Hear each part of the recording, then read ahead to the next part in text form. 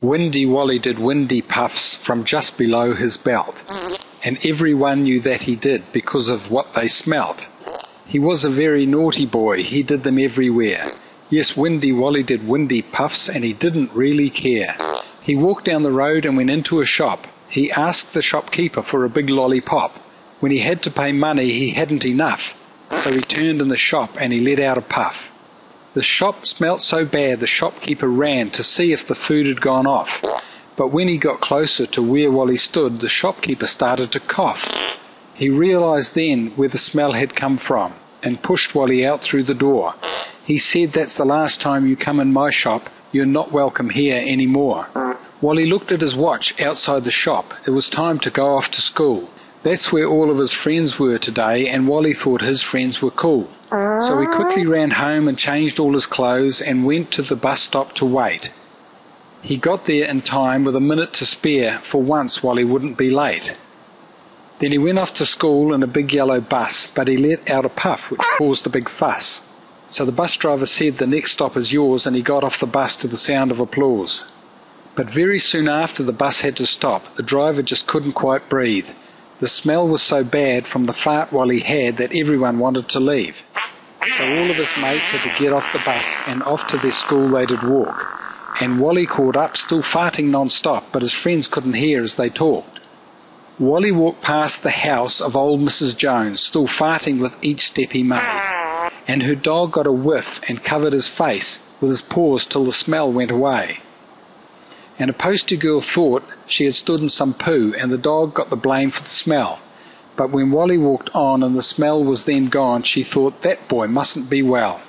Wally sat at his desk, but he couldn't hold on, so he let out a silent wee fart. And the smell was so bad from the eggs that he'd had, the teacher abandoned the class.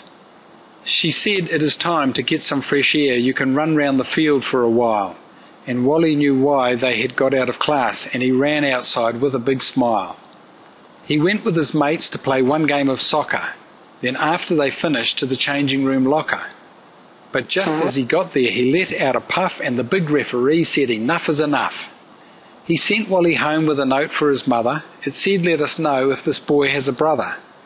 One puff is bad, but we couldn't stand two. Everyone's scared next time will be poo." His mother said, "Wally, why don't you stop farting? Your sister just isn't like you. You eat the same food and you drink the same drinks, but you always start farting, you do." Then just as she finished, in walked Wally's dad. He'd been working most all of the day, and as he bent down to unlace his shoe, he let out a booming display. His puff went so long it was like a strange song, but the smell wasn't pleasant, you know, because all of the family, Wally included, didn't know which way to go. They ran for the door and over the road, and still they could smell Wally's dad. It was simply the worst smelling puff in the street. It must have been something he'd had. The neighbours came out to see what the fuss was and called up the fire brigade. But when Fireman Jim told his men to go in, the smell made them all turn away. Jim was concerned that the gas main was broken, and he wanted to clear out the street, when Ollie the dad walked out laughing and joking in his underpants and bare feet. He said, "It was me, I couldn't hold on. I had onion and cheese on my bread, and when I bent over to take off my shoes, I did a big whopper instead." Wally was laughing and proud of his father, but his sister and mother were not. They were red in the face, embarrassed to see him, and the trouble he'd caused was a lot.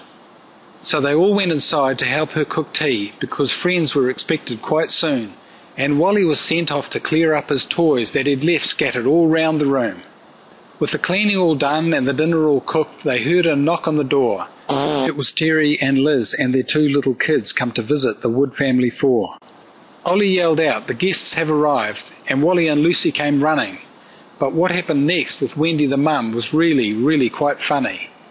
She wasn't aware that the guests were yet there, and she let out a fart in the hall. And when she came back, they were rolling around with laughter on the lounge floor. Well, what could she say? It just wasn't her day. But the dinner had been lots of fun, and even she laughed when she thought of the noise that she made in the hall with her bum. Then later that night, when the Woods were in bed and the neighbours were silently sleeping, Wally was laughing so much he was farting from all of the food he'd been eating. You can get Windy Wally books on iTunes, and you even get your own fart button in the book, so you can add suitable noises to the pages as you read it. Kids love these books. Go to iTunes today and get Windy Wally books.